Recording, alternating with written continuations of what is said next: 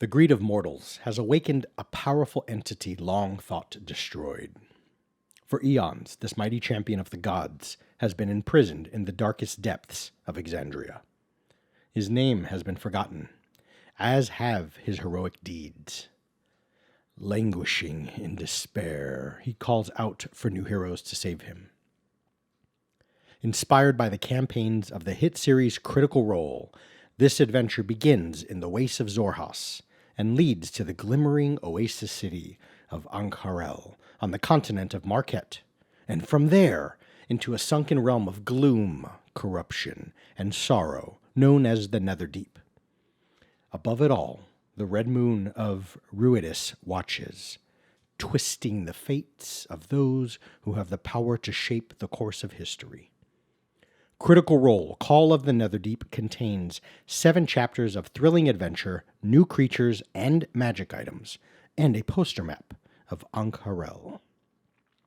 Here's 5 bullet points, conveniently, related to this new product that is going to be releasing March 15th of 2022, so 5 months away or something like that.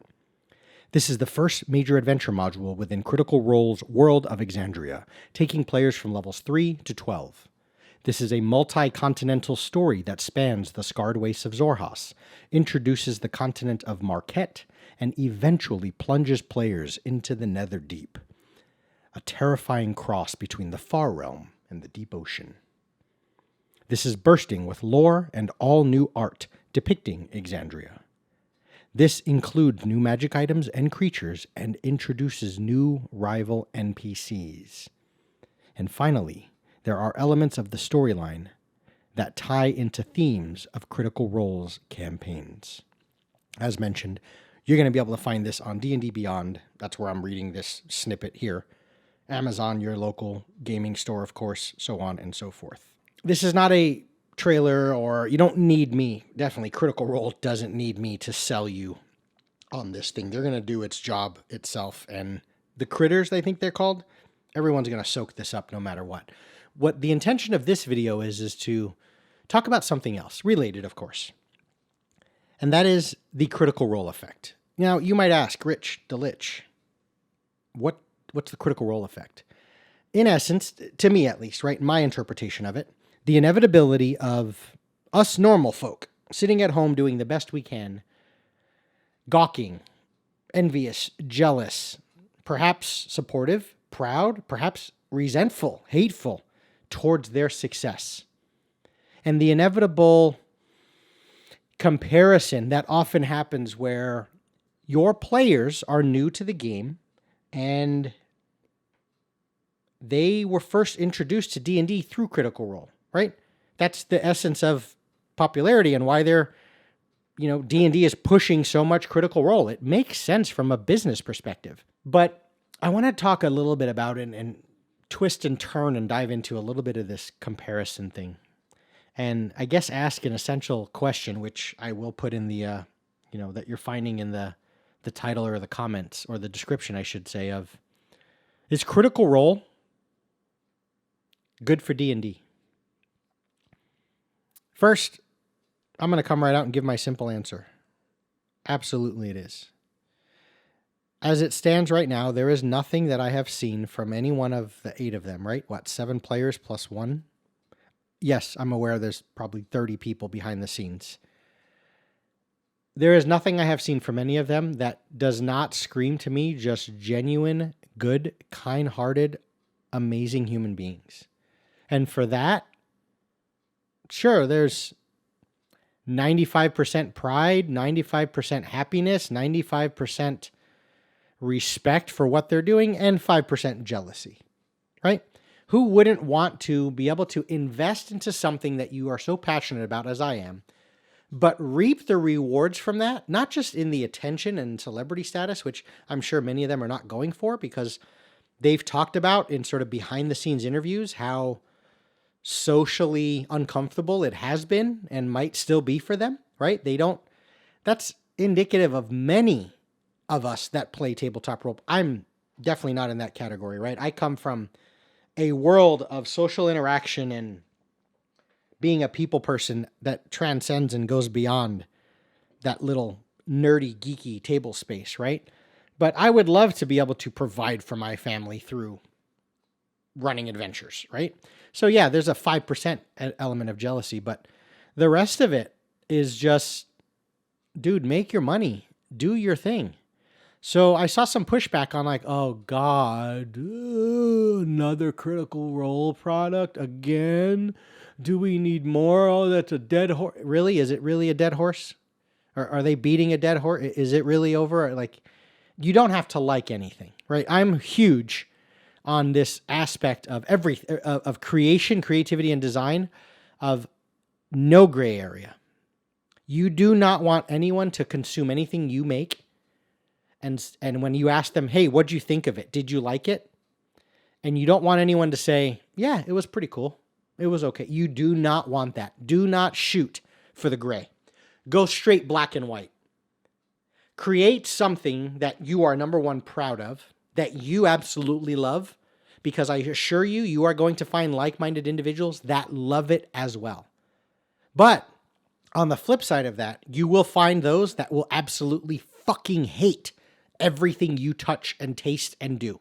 They will hate what you say. They will hate how you are. They will just hate it.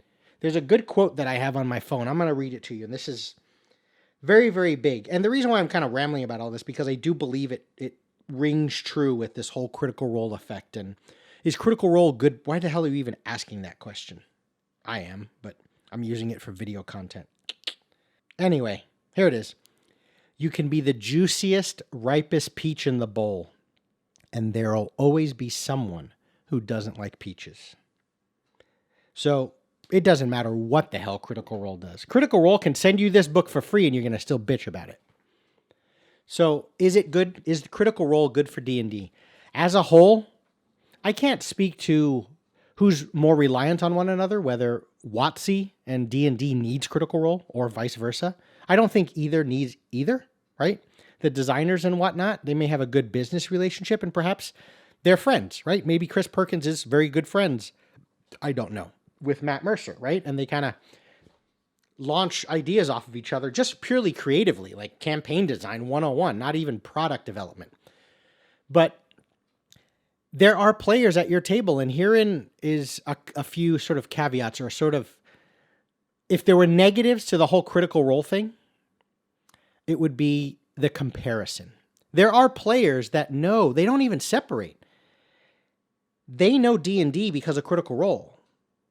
Like, D&D is Critical Role to some people. We can distinguish that, right? I've followed them from the beginning, and I watched some of their early Campaign 1 stuff, and some of their first sessions in Campaign 2, but I'm not one of those guys that has sat there for... I don't have the time. I'm not going to sit for 4 hours and watch 119 episodes. I'm also really big on...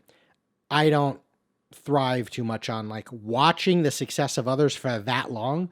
I'm going out and chasing my own. I'm creating my own damn 4-hour campaign. And I'll lead into that in a little bit. But this comparison thing of, you're going to have a lot of players that all they know of D&D is Critical Role.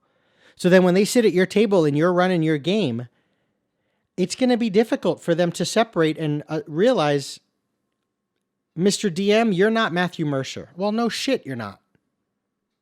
Right? I mean, but the thing is there's such a close level of attachment, right? In that Matt Mercer and the people at his table are playing, in the essence, they're playing the same game we all are, right? They're playing Dungeons and Dragons. They have dice. I have dice.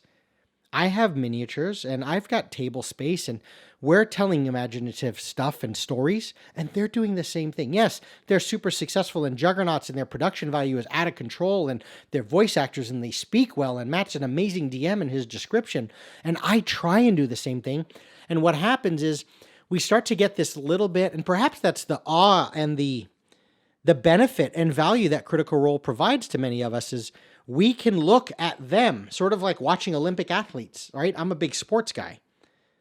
I love watching the highest level of performance because it just reminds me that I may not attain that level. I certainly won't attain that level, but I can push. That's what a human is capable of, and it's awe-inspiring.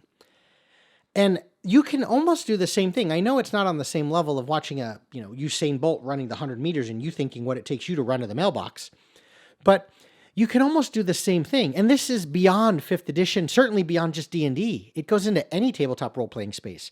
You can become a better storyteller. You can describe things better. But what happens is we lose the connection, and we think since we're doing the same thing, we start to almost relate so much that we then cannot disassociate between the experience, the actual skill set that these guys have as voice actors that you do not possess. Matthew Mercer's ability to use accents and get into characters differently than you are. And we don't disassociate. And so your players that are only familiar with Critical Role come to the table and they expect you to perform in the same manner. But if I went and picked up and played street ball with friends, no one is going to kick me off the court and the team and be pissed at me because I can't play like LeBron or Kobe. Right? But we have a huge disconnect. Like, yeah, you enjoy basketball, but are you Michael Jordan? Well, no shit, you're not Michael Jordan. You kick a heavy bag, but you're not Bruce Lee. Obviously. I might act, but I'm not Denzel. Right? But yet, they don't do the same thing with, oh, I'm a DM, Matthew Mercer's a DM. It's not the same thing. And then if you look at it from the production quality level, I just recently made a video of recording my session. It is unwieldy as all hell. Without, I don't care how good Critical Role is, without their camera crew and the people behind the scenes, their production crew, you would not be as enamored as you are with their production on Twitch. Because it is exhausting to focus on the audio, the camera work, switching between who's talking, while simultaneously trying to run your game. It was very unwieldy, not uncomfortable, but enough for me that it was a turnoff. I know I don't want to do it. It's too much to juggle cameras while also trying to focus on player interaction and telling a story, right? You don't have, I know, I'm using a Rode mic. I have a $2,000 video camera. I have some I'm fortunate and blessed financially and with other, endeavors that I'm able to acquire most of the cool things I have in my little hole and my little space and create cool content for you in 4K or whatever. I've looked up their camera stuff, their audio video equipment. You don't have a $30,000, your D&D table is not $25,000, guys.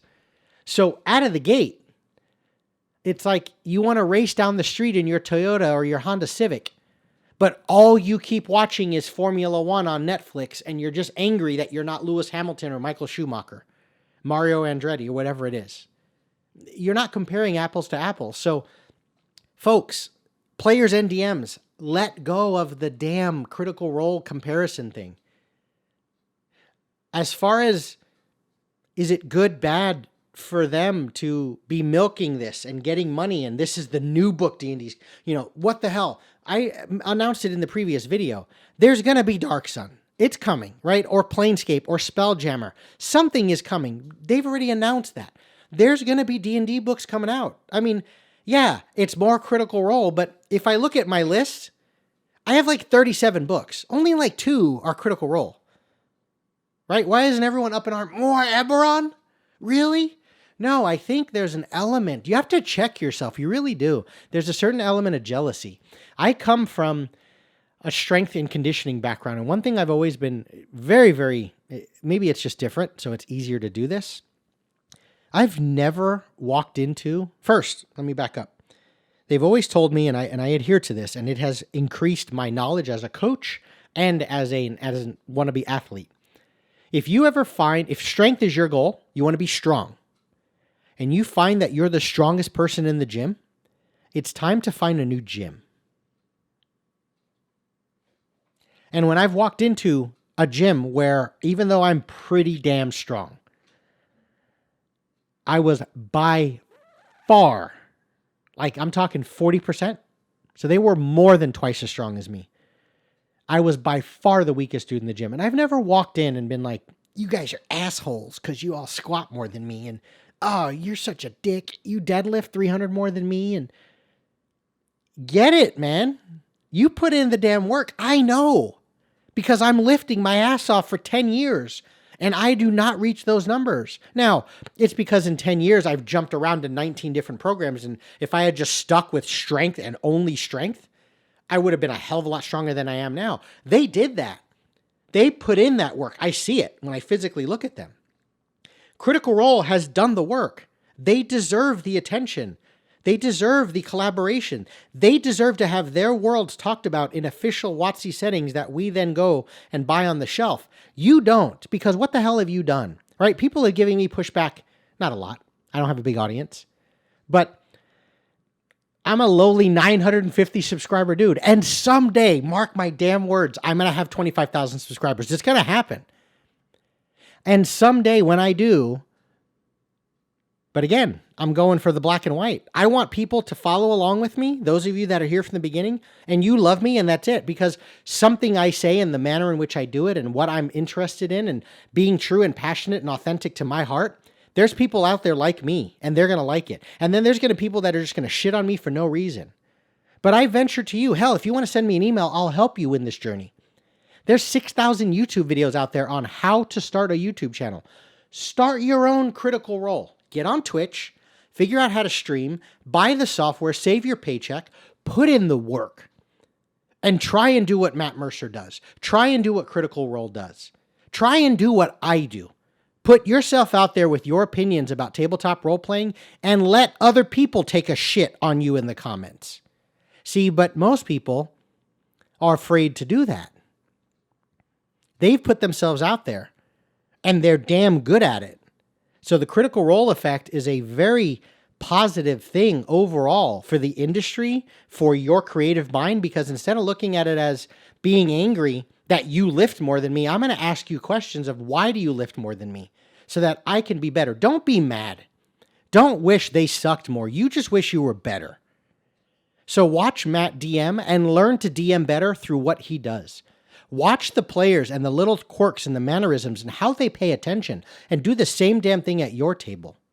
Yes, I know some of it can be scripted or it's done for production value or because they're on camera, but put the same attention and effort in your lowly space where no one is watching and you can become better. Don't be jealous. Don't be envious. Don't be hateful. So I'm very happy that this is coming out and I'm excited about it and I will support them as I have in the past. I bought their merchandise, their shirts. I have the original PDF Tal'Dorei setting. I have Wildmount and so on. Buy the book, support them, whatever, right? You don't need me to tell you to buy it, but support, promote the Critical Role effect. No matter what, if your opinion, if you don't have to like them, okay, that's fine. It may not be your style. It's too over the top, too flashy. And maybe you're an old cranky person, sort of like I am, where it's the camera should have been off, sitting in your dungeon with your group, you know, looking how you want to look, not ever having a photo shoot where you have to wear makeup. Remember, some of these guys are actors, right? So there's always a facade. There, it has to be there. Maybe you want the grit, grime, and just shitty looking table and all this stuff, and you don't want the camera quality. That's fine. You don't have to like them. But to ever have any contention or whatever the word is of their success and kind of roll your eyes at the whole God, more Critical Role, like that's done. It's not done because they're not done. And frankly, I'll be honest, they're better than most of us from a marketing, from a business. It's not on accident. Yeah, maybe they hit, you know, a little bit of a streak of luck there, but there's not success at that level. That shit's not accidental, guys. I promise you. I didn't afford this stuff, this high production quality, because it just accidentally. It began by me putting myself out on YouTube first with a lesser camera, with a lesser mic. So consider that. But again, if there was one hiccup, if there was one caveat, just be careful with comparison. Do you play D&D the way you do, as I do? Just be the best DM you can be and forget about whether it's as good as Matt. Because number one, in the beginning especially, it's not going to be as good as Matt. It shouldn't be. But my players aren't, maybe it's not feasible. You know, maybe some of them at the table, if Matt Mercer was standing next to me and I was like, hey guys, who do you want to DM you for today? They might pick Matt. But my players love and appreciate my time, my energy, my effort. Cherish that and own that. And most importantly, be so honored and grateful of the fact that your players keep showing up, that you take the damn time to work harder at your craft. They're investing their time as well. They're coming to my house to sit at my table on Saturday night So you damn well right I'm going to invest the time and energy I need to provide for them the best experience. You owe that to them. Because last time I checked, unless you're doing some solitaire thing, which is a video game, you're not reading your DM notes to yourself into a mirror unless you practice that way. You need the people around you at the table. So cherish that relationship. Play and do the best you can. Be proud of and support Critical Role. Don't be jealous. Don't hate. Just be better. That's my ramble. I'll see you guys soon.